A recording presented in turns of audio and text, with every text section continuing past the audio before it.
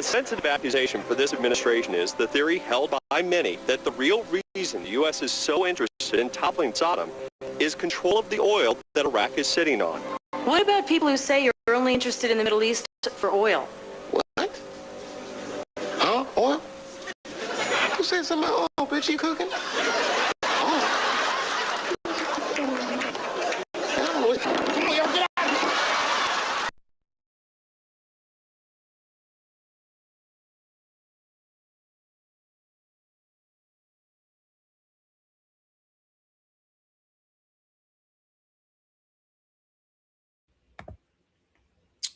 Well, this is our first first live. Imperialism has gotten so bad that we had to do a live. We had to leave break. Our little break is done now. Our break is done. So for those who don't know, we haven't been publishing articles at Iansá at any time in January because what we've been doing is we've been on a break to work on the print. But, the news cycle the news cycle has gotten so crazy that I talked to my comrade Doniven, who I'm here with today, and we said, shoot, we just going to have to do a live. And we've never done something like this before. It's not, but the setup is beautiful though. You got the stars in the background. It's all in the same shade and yeah. Dang, we didn't even formally introduce ourselves. You're right. Oh my God. My name is Maryam Muhammad. I'm the founder and the editor-in-chief of Iansá magazine, dedicated to She Who Dances in the Sky with the Wind. I'm also a member of the African People's Socialist Party, and I'm gonna shoot it over to my comrade Doniven.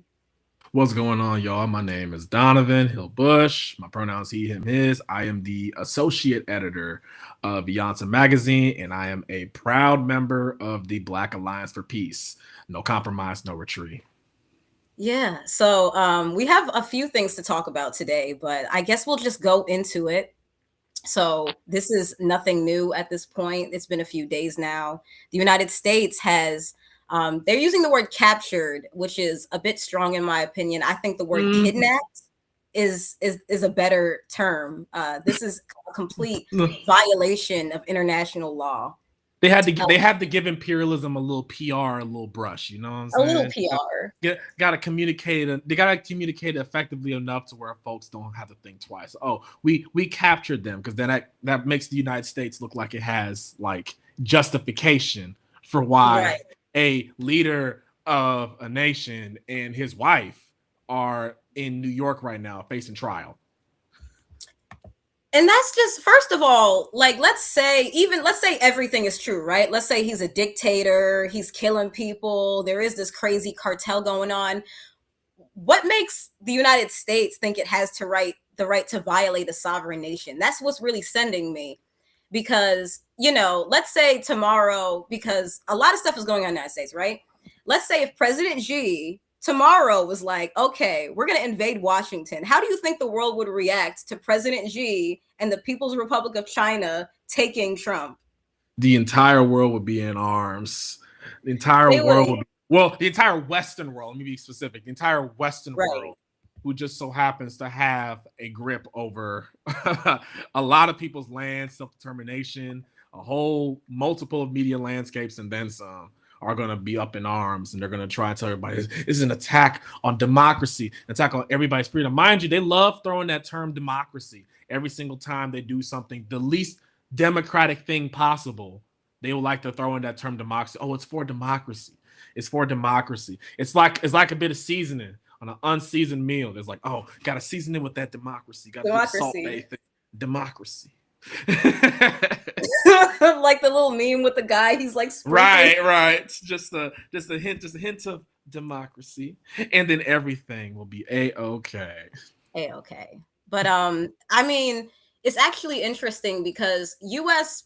foreign policy and democracy, which is anytime you have a democratically elected leader, they don't last too long, especially not in Latin America. In fact, the United States has a history of cooing like democratically elected leaders in Latin America because it's either under the guise of drugs or some form of corruption, or they don't know how to run their country.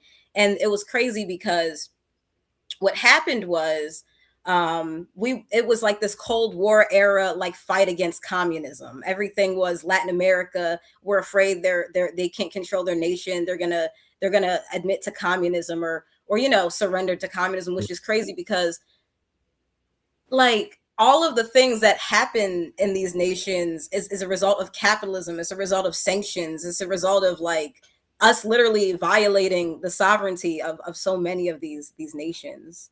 Not to mention that anti-imperialist force will be directly right next door. Hence why the whole Cuban Missile Crisis became a thing. Because the last thing that America wanted, or the United States, let me rephrase that. The last thing United States wanted to be worried about was this small Afro-Latino country getting the manpower to actively deter imperialist attempts, not just at home but in nearby cities. Like, God forbid that Cuba, Haiti, Trinidad, Brazil, all of these like Afro-Latino populations decide that they have the manpower to go toe-to-toe with the United States. Right, exactly. And so what we're gonna do tonight is we're gonna just casually chat. It's gonna be like it's almost like a fireside chat, but we're also going to share some articles and some analysis that we're bringing up. So there's a lot of stuff we have to talk about, but what we wanted to start with was the Bolivarian Revolution, because people are talking about Maduro. Maduro is like the newest person in the history of like Latin America in terms of trying to implement socialism, trying to, have certain policies that make it a sovereign nation. It really started with Simón Bolívar, who was a revolutionary in the 1800s. And for those of you who don't know, what he did was countries like Venezuela, Venezuela, Ecuador, Peru, he freed them from colonialism under the Spaniards and Spanish rule. In fact, formerly enslaved people, what they did was after they were liberated, they would go and join Simón Bolívar, and then they would go, fight against colonialism. And what we always talk about in the African People's Socialist Party is this idea that colonialism and parasitic capitalism is the primary contradiction that truly, makes society and the world very unfree. And what this is, when I look at Venezuela, it's not only them trying to undo the history of Simón Bolívar, it's them trying to quite literally implement there's always colonialism, colonialism's not totally destroyed anywhere, but they're trying to do the latest upload of colonialism via capturing a foreign government and taking him hostage. And also, you want to know, and we can share these on the live, the pictures of them capturing Maduro is crazy. I think West Side Gun was able to turn into like a a song cover recently. I knew that was a big thing that was coming up online. They're like, watch like West Side Gun make a cover out of this, because like even he is like, what is going on, yo? The pictures that are coming out of this are insane. First of all, like, look at this. This is like, you would have thought, like, you ever seen how when they talk about capturing some of those big Latin or Colombian drug lords, those pictures almost look like similar to when they bring people in for like really crazy.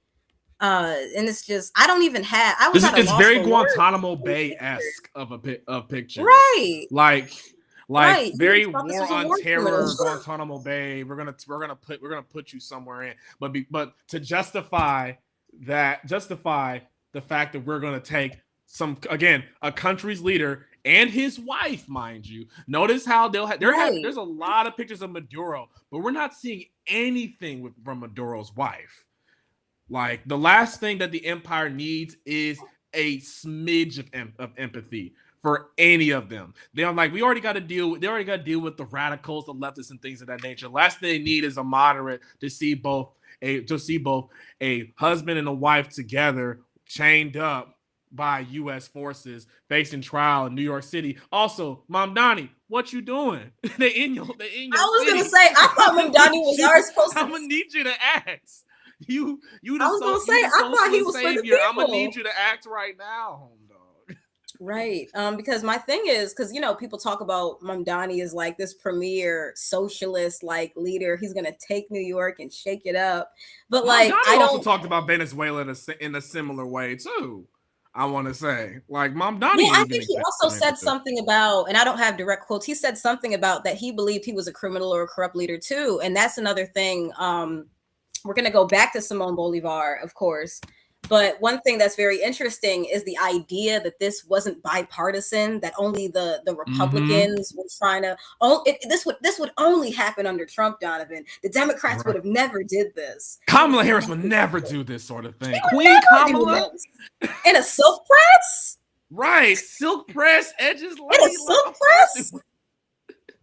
Black women would never do something like this. Meanwhile, you got Kamala Harris, who openly stated during her campaign that she was going to make sure that America was the most powerful military empire in the country. Right. You got Jasmine. If we have the clip of Jasmine Crockett on The View talking about Maduro as well, I think that was it yesterday or 2 days ago? I think it was yesterday. Yeah. What is, because I saw a clip. What exactly did she say? Or do you want to try to find the clip? I should be able to find it. I should have sent the link. Okay. But I mean, until you find it, we can just keep going. But like what's killing me though is the idea that people were talking about, like it was. And then my thing is the Democrats also have like a history of still doing these coups and still backing. Like, look how we took Libya. Look how we've done a lot of these countries, even if it's under a Democratic president. I don't understand how people are coming to the conclusion that these things are only going to happen when a Republican is in office. Or better yet, maybe Kamala wouldn't have sent some bombs, but perhaps she would have did some more covert things, some more covert operations. Because that justifies imperialism. The fact that we can't see it, that justifies. Right. As long as I'm blind to imperialism, then it should be okay. Right? So, the imperialism with like a little pretty bow on it is essentially what rainbow imperialism, black imperialism, rainbow imperialism. The imperialism, but make it DEI. Right. A diverse, equitable, and inclusive imperialism. Right. A DEI imperialism. And that's the thing that gets me as well, is because we have to really make sure we don't fall for like representation under capitalism, colonialism, imperialism, because I mean, a black face is nice to see anywhere. Like I'm a kind of person, I love to see black people, looking at certain situations, but at the same time, like a black police officer is still a police officer for the system. You're still a cop. You're still an agent of the state. Like a black FBI agent or not even FBI agent, a black general. A black general is still the head of a U.S. the head of the U.S. military. Just because you got a milk dud and a nice little suit, that don't mean shit is sweet. So I just found a clip. Give me. Okay. If I can share the screen, I can show the clip from The View. Cool.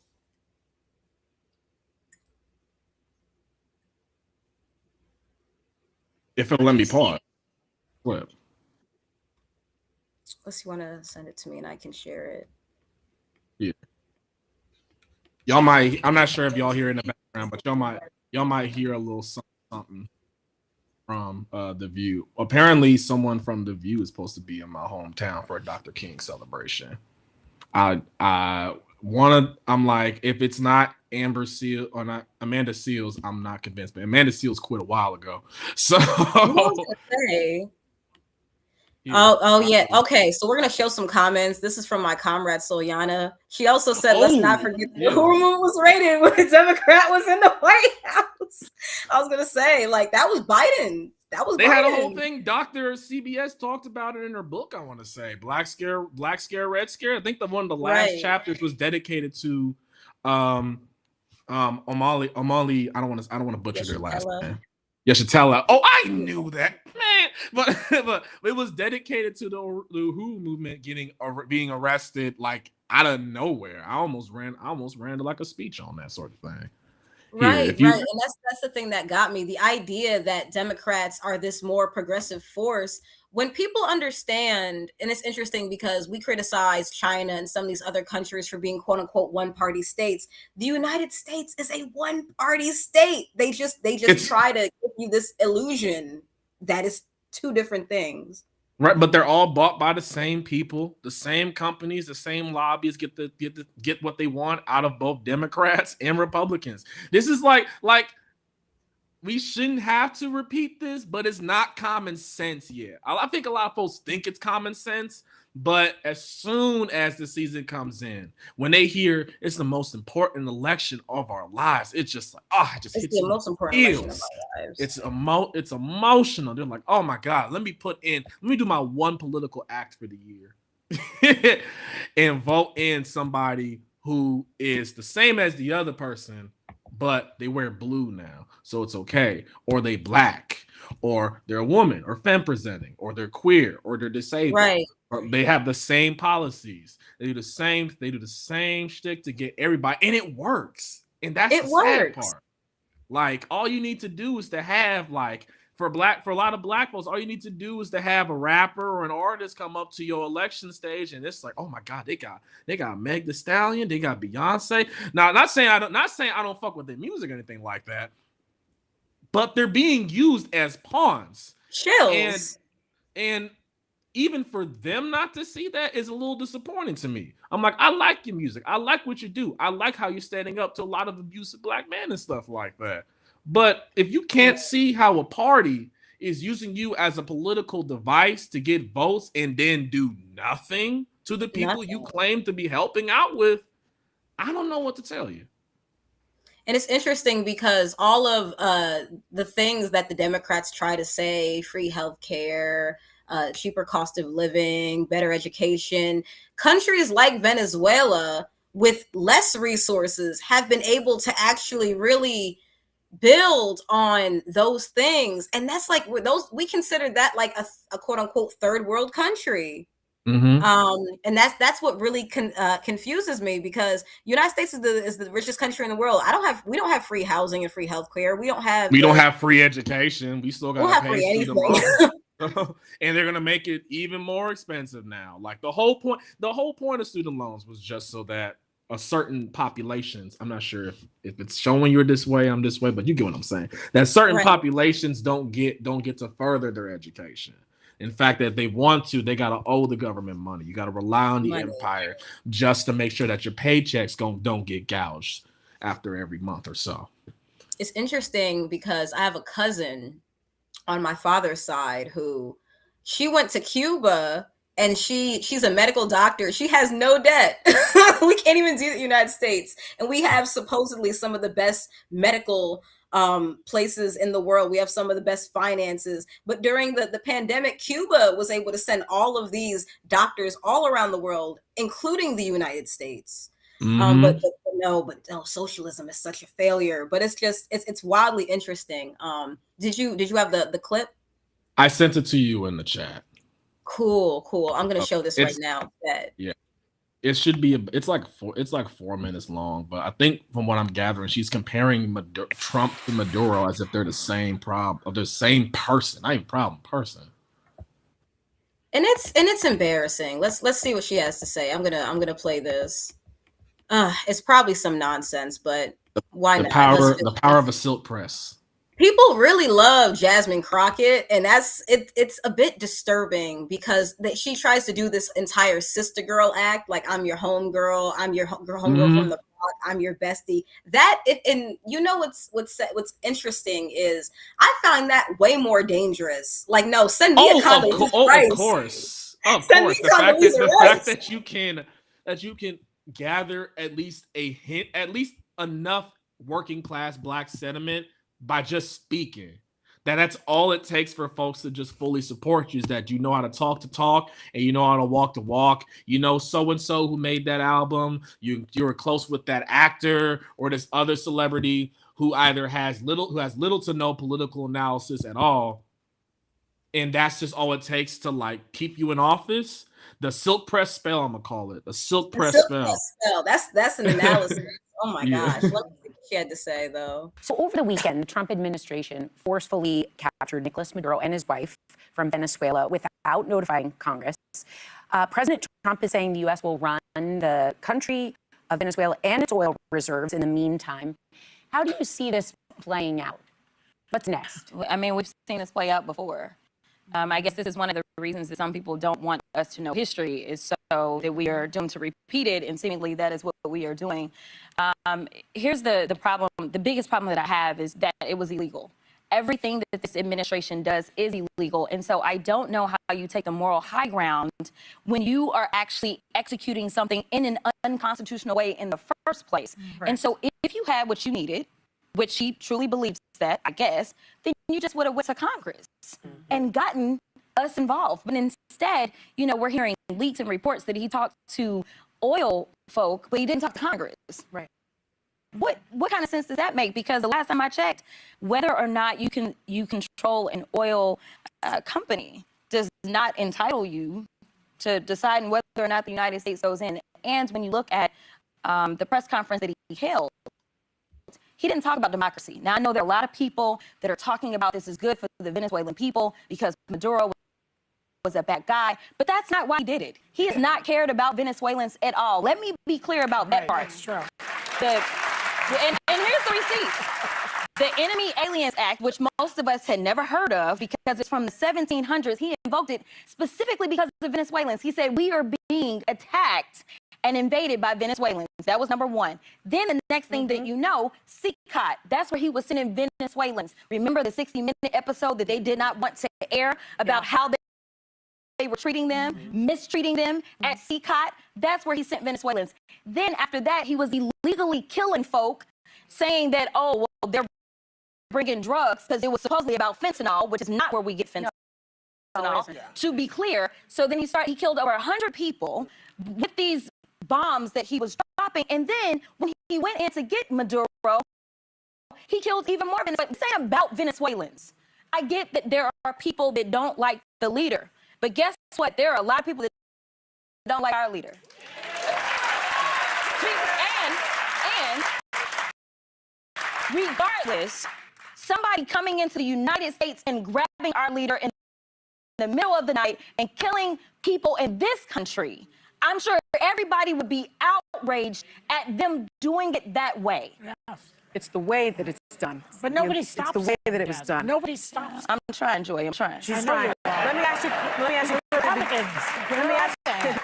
you quickly, because we're running out of time. Today is January 6th. It marks the anniversary, the 5-year anniversary of the insurrection on Capitol. But President Trump has pardoned everyone involved. He shut down Jack Smith's investigation. We just heard from Jack Smith. He continues targeting his political opponents. Now, why do you think so many Americans are minimizing January 6th? And as someone who was in the room, my understanding, for Jack Smith's deposition and testimony, what was most striking to you? Jack Smith was the right guy for the job. I do want the American people to know that. This was someone who not only had the experience, but also understands what it is to actually be a prosecutor. You are to seek justice, not convictions.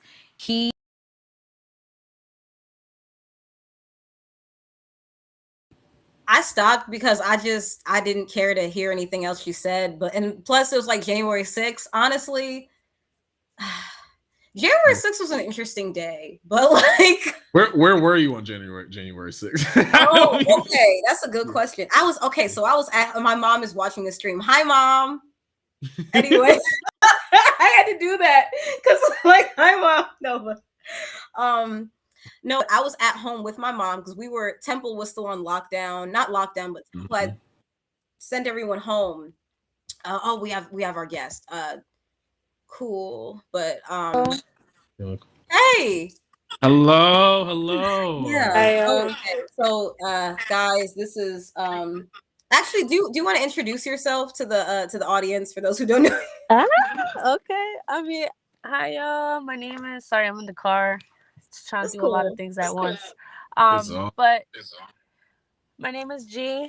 I am a student teacher at a middle school.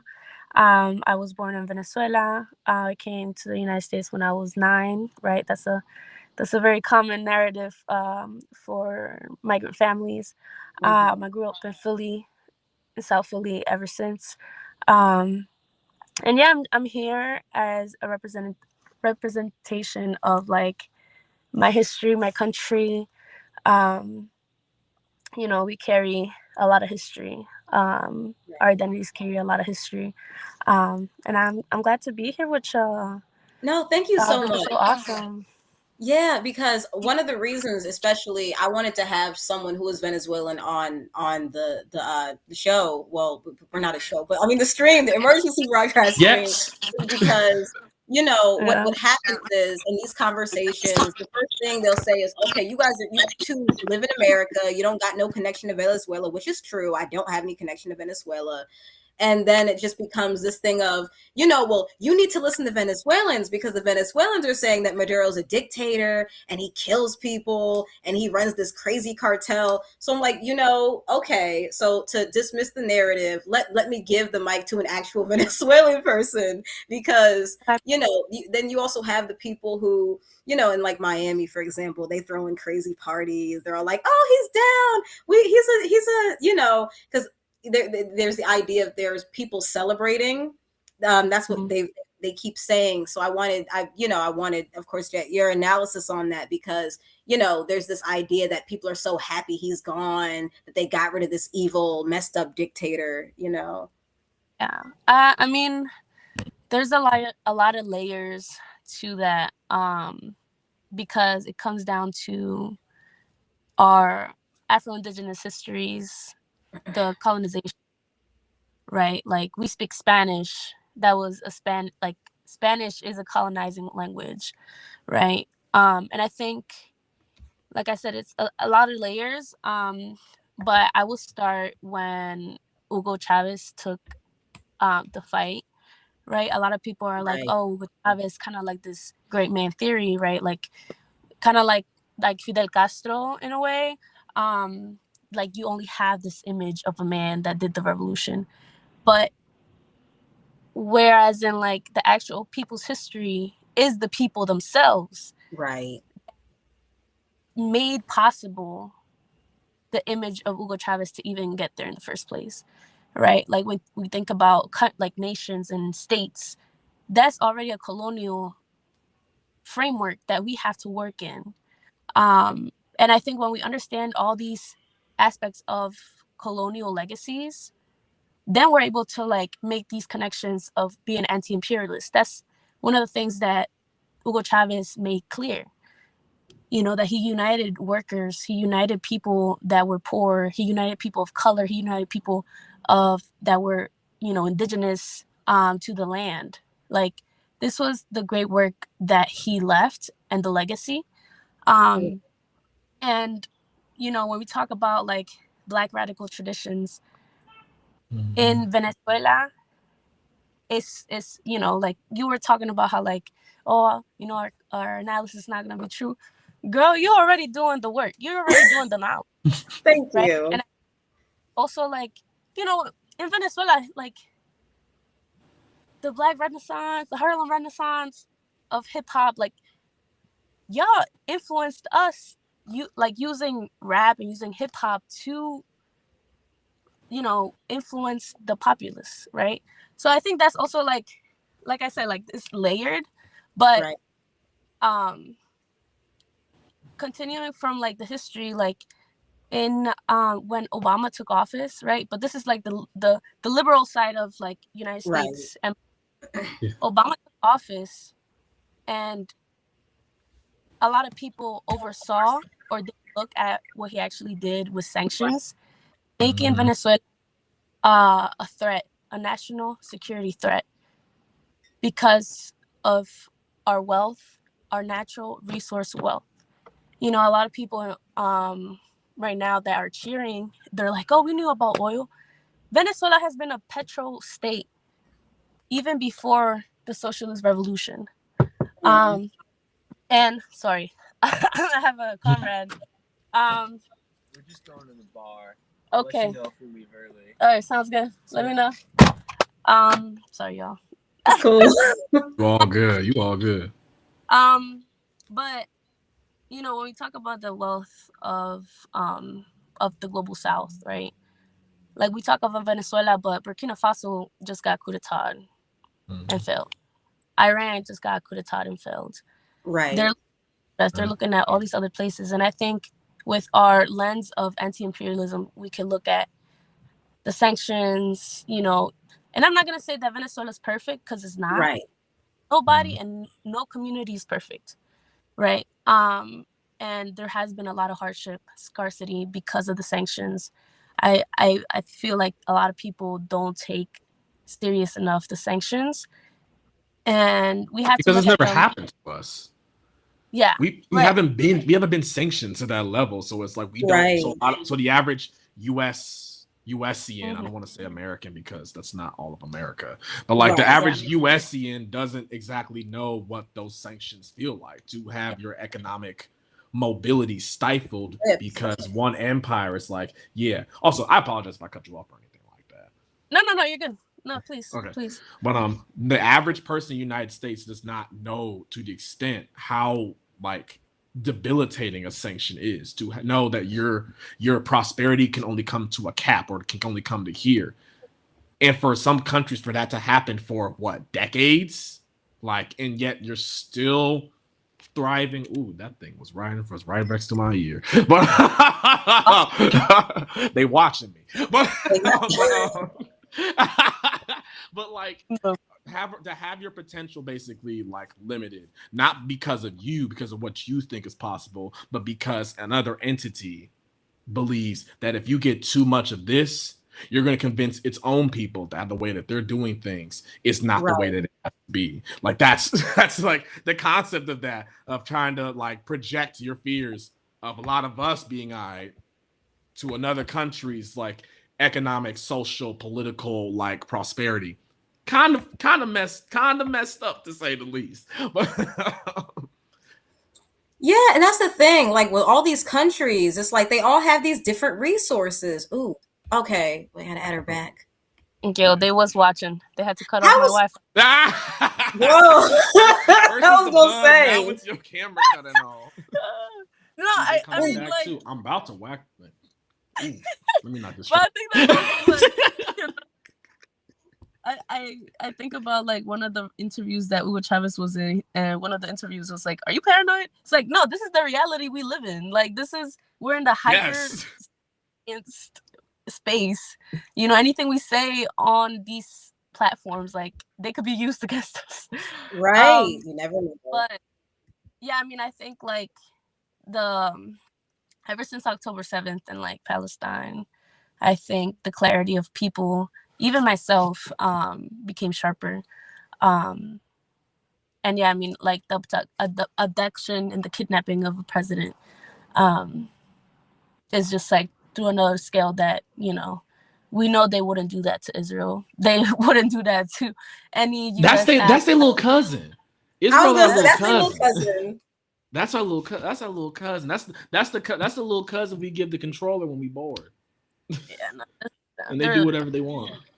Yeah, there's nasty shit working in there, in between them. So it's just like, and we know like these connections, right? I think Palestine was the gluing to everybody's, political sharpening, but I agree because I'm sorry. Go ahead. Okay, go ahead.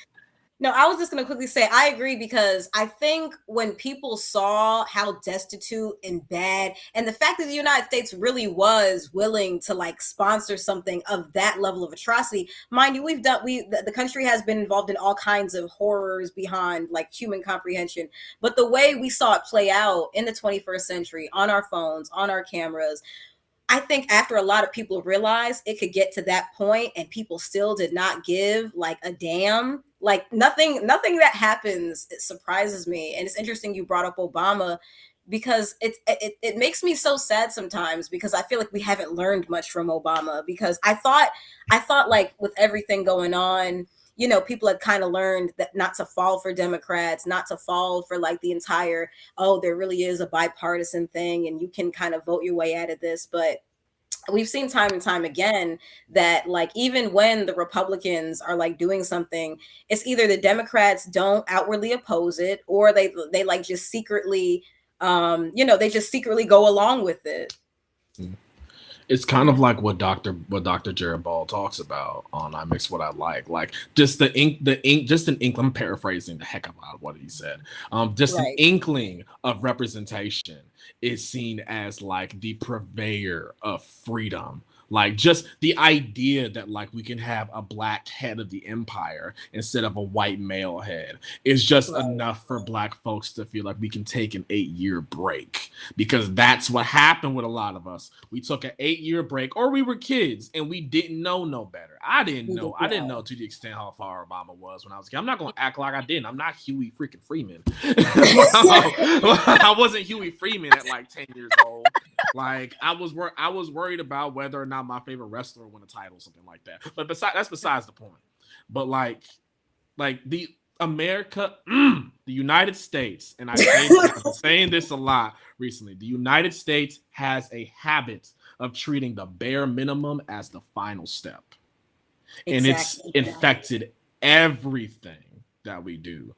Like the idea that, like for example, we can talk about film. Like the idea of a original black concept getting an Academy Award, like, is the bare minimum representation. Having a black person on your screen, having a dark-skinned couple inside on your screen, on your television or film set, is just seen as this liberatory progress that I've had to go toe-to-toe with PhD students on. Like the fact of the matter is that just because we have a black face doesn't mean the black face is for the black race. You know what I'm saying? I'm trying to rhyme. Make sure it catches on. Someone catches it or something like that.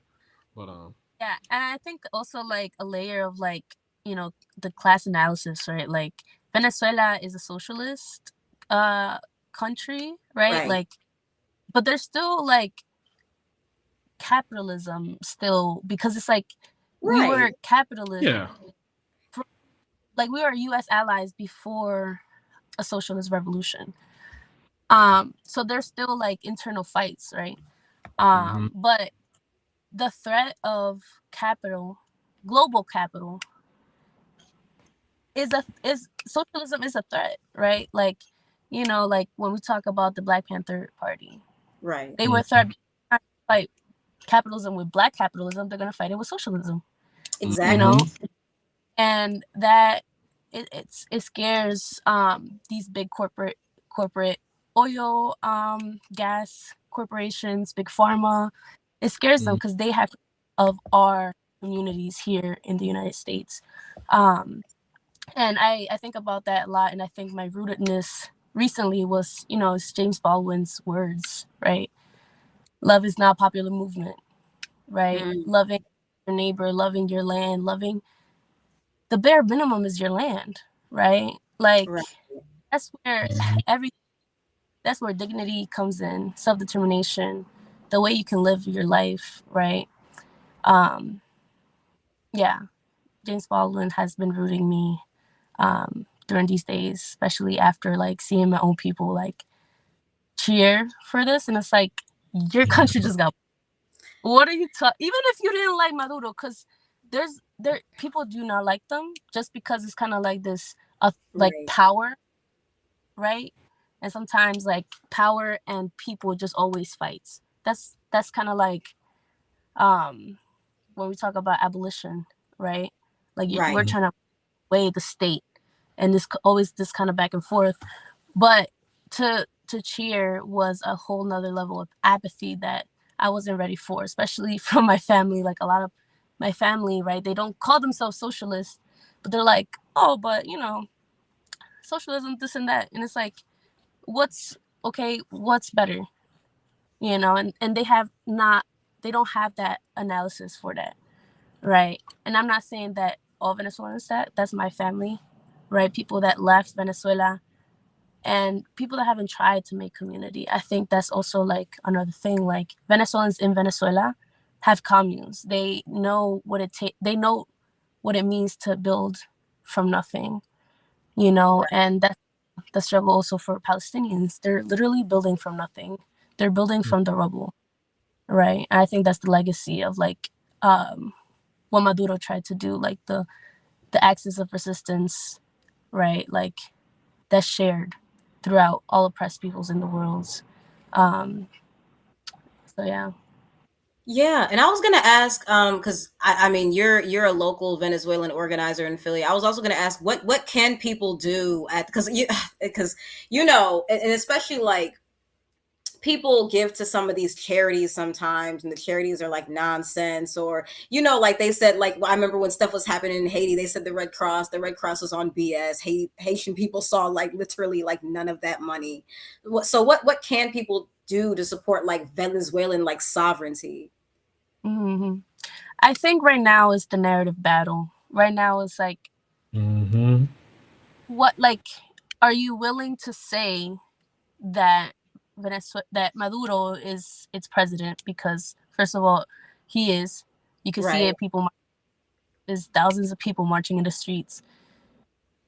Like, it's the narrators right now, because that's the way that we're able to push the movement forward. Like, you know, Palestinians were terrorists. Now Venezuelans are narco terrorists. So I think, you know, when we have to fight these narratives with the truth, you know, and some people don't want that. Some people are just gonna get attached to the emotional meanings of things, and we have to be cool-headed, you know. What got me too is I remember in 2019 where they had that guy named Juan Guaido, and he was like, "I'm the president," and all of Venezuela was like, "Who the hell are you?" Like, no, you're not, dickhead. The fuck are you doing? Do you have the video out. of that? Because that's low key new to me as well. Yeah, I mean, what video? What video are you talking about? Oh, there was a video. We don't have to show it, but I guess this was not too long ago. He was having dinner in Venezuela, and a bunch of Venezuela people like pulled up on him and like chased him out the restaurant. As they should. No, I didn't see that video. I did see a video that there was a conference and he was, and of course, you know, like a lot of, like he's a professor or some type of leadership in a institution in Florida, right? So that's not surprising. But you know, he stole a lot of money from Citgo. Citgo is is an asset, a Venezuelan asset of oil, like an international asset, right? Jersey court is battling that, so it could be in the hands of the U.S. Juan Guaido is another sellout and, you know, pro-imperialist person, just like Maria Corina Machado, that was elected as the Nobel Peace Prize winner, which is Nobel War Prize winner. Right. Peace in the hardest quotes possible. Yeah, I think isn't like the person that like got the first Nobel Peace Prize, wasn't it like somebody connected to was it gunpowder? Something with violence. That wasn't peaceful. It was not peaceful at all. Like it should be called the Nobel Peace, PIECE prize, because they had a piece on them. Yeah, a few pieces on them. Like doing bullshit.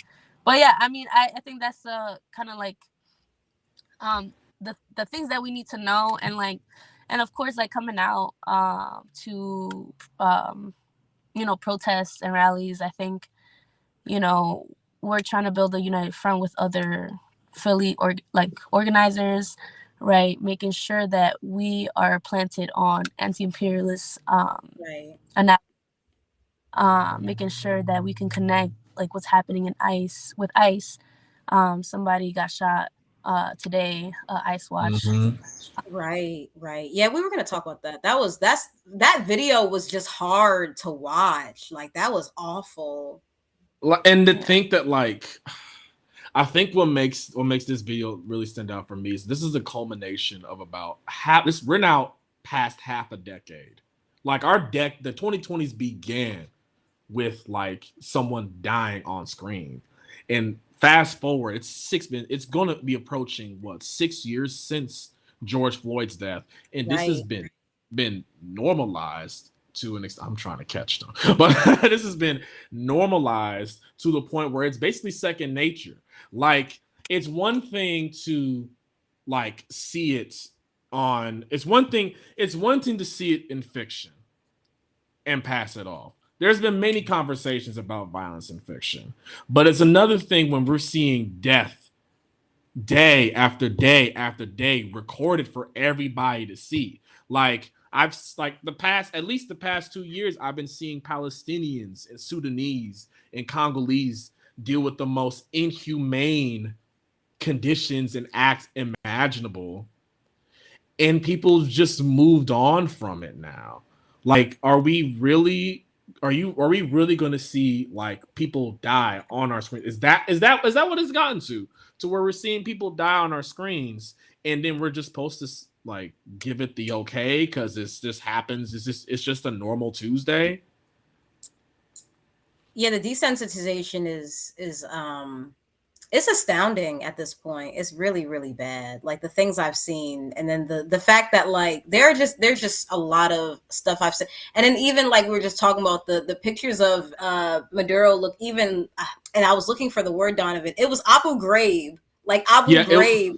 I thought about. Yeah, I said it was like Guantanamo Bay-esque pictures, right? Of just it's him. like, his wife isn't in the pictures or anything like that. Yeah, and I think someone in the go ahead. I'm sorry. Go. Yeah, people were saying they saw pictures of like his wife with like band-aids or something on like her face, like they might have done something supposedly. I don't know. Haven't seen those images, but I hope to God not. Yeah, someone said in the chat. Yeah. Okay, go ahead. I was just saying, someone said in the chat. I'm like, did someone say that? Is there someone what? Someone said it in the chat. That's what I was pointing out. Oh, okay. No, there was. I mean, there was like they were asking for medical attention because apparently there was like a broken rib or something. So just the brutal way of America, of the United States, to do what it does, right? So. Yeah, and one thing that was interesting to me is because I was a comrade of mine said I should bring this up. Like, I noticed two people I know mentioned like Huey P. Newton's theory of intercommunalism. And mind you, I've studied the Panthers. I'm not the best, like, well-versed in theory, like the way some people, they can spout off historical materialism, dialectical, like that's never been my thing. I've understood things, but it's interesting because from what I understand, Dr. Huey P. Newton, that's another thing. Like, not that we really care about these colonial terms, but Huey P. Newton had a doctorate. He was a theorist. People think of him as this man, this handsome man with a very large gun, right?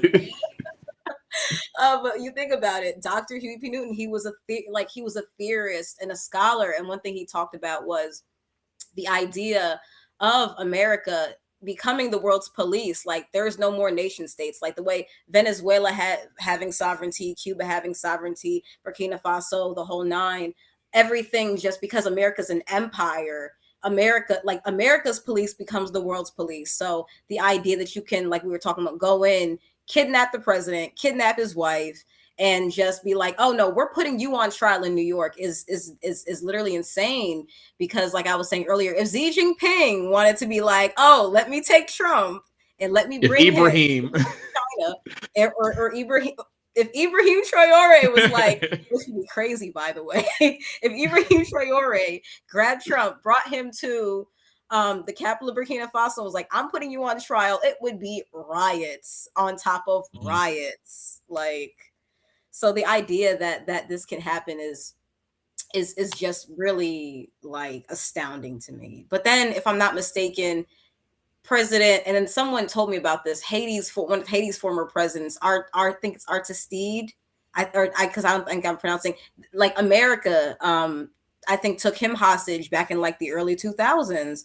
So like, because people were like, I haven't seen us really kidnap a world leader. And I gotta stop saying us, because like none of us condone the things that are going on right now. I mean, common sense doesn't condone the things that are going on right now. But I haven't, just as a young adult now watching like the in the country we live in, them taking another leader is crazy. And that I can't say that enough. Like that's crazy.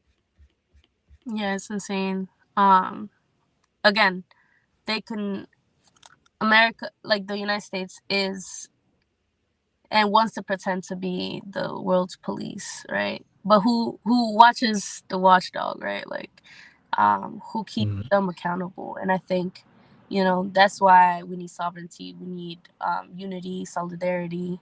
We see that with BRICS. We see that with the Sahel nations, right? Right. Like, I see my struggles with their struggles, just like in Palestine, right?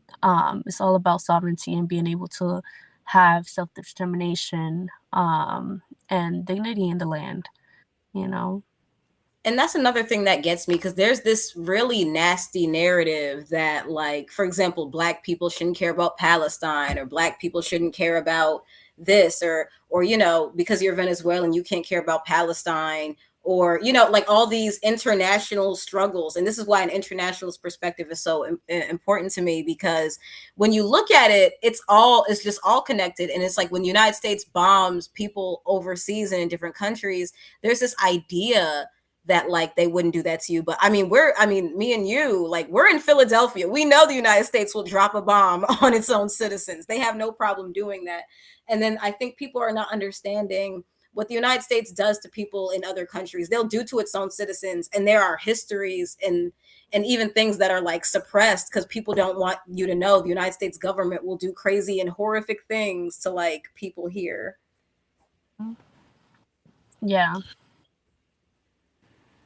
But no, like we talked about this earlier before the broadcast started, that liberation on a global scale, if there's an international like big brother, there's got to be international revolutionary movement to topple said big brother. You cannot have a liberated it's been a point for decades now that you cannot have a liberated Black population, women's population, queer, trans, disabled population, and there's still a United States down there. The entire doctrine of this country is built on genocide and slavery. It's built on oppression. And so even have like, whether it be a Democrat or a socialist or somebody, like, even just like ignore the fact that like the core tenet of this empire is oppression, it's subjugation, it's imperialism, it's colonialism, it's genocide. You can't have like a pro king's protest, no king's protest, and still have a queen in office.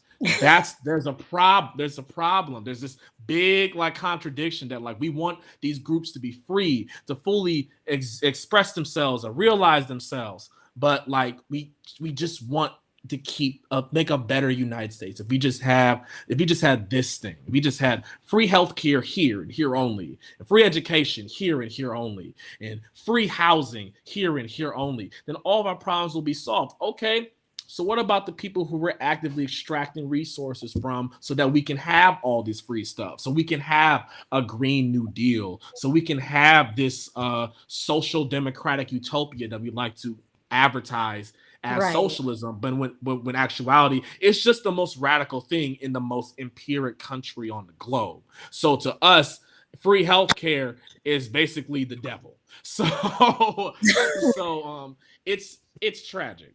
It's tragic, really, seeing even the most progressive people that you might know try to hold on to this idea that the United States can be united. It can exist. It can't. It cannot. The existence of this empire is predicated on the oppression and the blood and the tears of millions of people across the globe. It's predicated on a Maduro and his wife being kidnapped and put on trial. It's predicated on Haiti being constantly destabilized, whether it be, like you said, 2004 with artistry. I think, yeah. Yeah, with artists, yeah, or what happened in 2021 or 2021 of some years back. It's predicated on Palestinians continuing to be genocided decade after decade after decade. It's predicated on the Congolese slaving so that we can have the technology to where we can even talk about these sort of conversations. It's predicated on the oppression and the blood of the global South. And as long as our freedoms are predicated on those blood, sweat, tears, death of people, of Black people, of brown people, of Asian people, of queer people across the global South, then the United States has to go.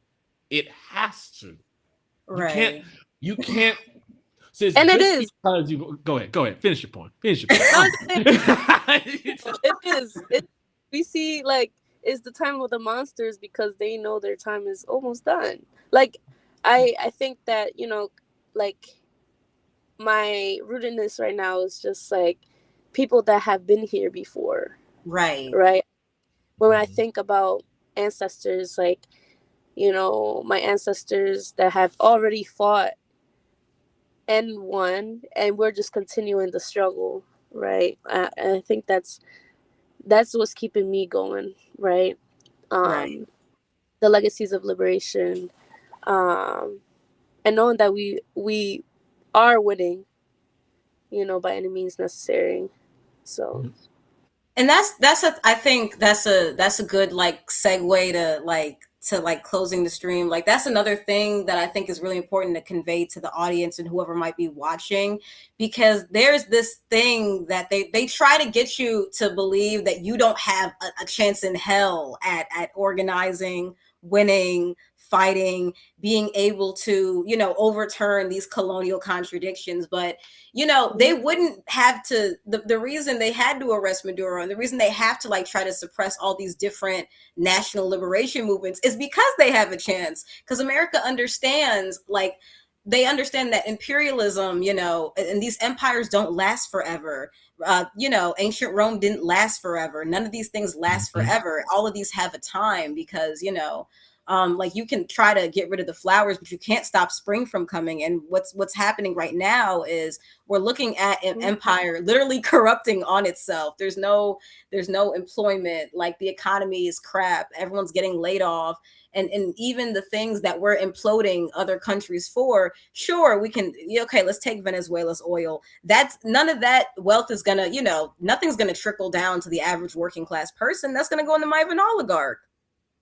And so that's why it's important to struggle to fight and win, because, you know, America, even with taking over all these sovereign nations, it's going to do nothing for its citizens. It's just going to be blood on blood. Yeah, and mind you, a lot. Oh, were you going to say something? Were you going to say something? Oh, I don't want to come you. I apologize. I apologize if that's the case. You gotta apologize, bro. But mind you, I'll also add to that one of the major reasons why they want us. Well, major reasons why many people in the U.S. USians believe that we don't have a chance to organize this is because we have a media apparatus that convinces us to look up to some sort of savior. Yeah. That's why superhero films are so popular nowadays, because they show, not only do they show the best, the quote unquote best of what humanity can be, but it also, the subtext of it is that if we just rely on this person or this concept to liberate us, then everything will come back, then everything will go back to normal. That's why you can't, that's why you gotta have the radical be the villain, because you gotta tell folks that, like, yeah, they might have a point, but they're still the bad guy at the end of the day. You can't have folks thinking that they actually can actually go out and organize and stuff like that. There's whole industries, the media industry, entertainment, education. There are multiple industries predicated on us thinking that we can't do something, so we need to seek somebody else to do it instead of enriching ourselves and organizing and believing that there is a chance that this small little act, the fact that there even is an Iansá that exists to counter these types of narratives is major, especially in a time when everything regarding media, communications, broadcasting is getting cut as we speak. Our media is being consolidated into a few major companies: Disney, owns just about every single piece of media that we can consume. PBS, gone. Warner Bros, they're buying that up. They're putting it in with Netflix now. So now Netflix is a big juggernaut. And it's all owned by the same few people who want to have us believe, again, that we can't do anything about it. And or to live our liberatory fantasies in a capitalist imperialist understanding of what revolution is supposed to be. Exactly. Yeah. Exactly. Yeah, oh, go ahead. No, I'll finish. I'm like, No, I'm I not went think on a little rant, but go ahead. No, I think that's a good rant. I think, that's why like we need to support, right? You guys's blog, and right, this is a form of news and a form of like fighting the narratives, right? And we need to see like the independent journals that are pushing out like what's actually happening on the ground, because they already bought TikTok, like and people still flock to it. People still flock to it. Because it was literally the major form of communication and understanding information, right? And I think, and now that there's a lot of taking out and censorship in these, even in Instagram, like we know that, shadow banning and stuff. So it's important to push out like our independent medias, right? So shout out to y'all for doing this, and thank you for inviting me. No, thank you so much for coming. Especially shout out to like you for organizing. I was gonna say it was last minute as hell. I was like, ooh, if we can find a Venezuela person. And then I remembered I'd seen you, and then you messaged me. So I was like, oh, this is if they can make it, this is perfect. Yeah, no, shout out to Foxy. Right, Foxy. Shout out to Foxy. I think, music, culture, and just love really does connect everybody. And I think, we need to amplify that. We need to have our poets come out, right? Our artists to come out. We need that in the organizing space. There's been a lot of constant, right, things happening. And I think that's kind of a fatigue on our, on our spirits. So we need to we need to get the arts out, we need to get the arts out. And I don't believe in objective art. Like none of this should be objective. Everything should be subjective. Objectivity is based on who's laying out the terms. We're like objective news in the United States still disregards a genocide for multiple decades.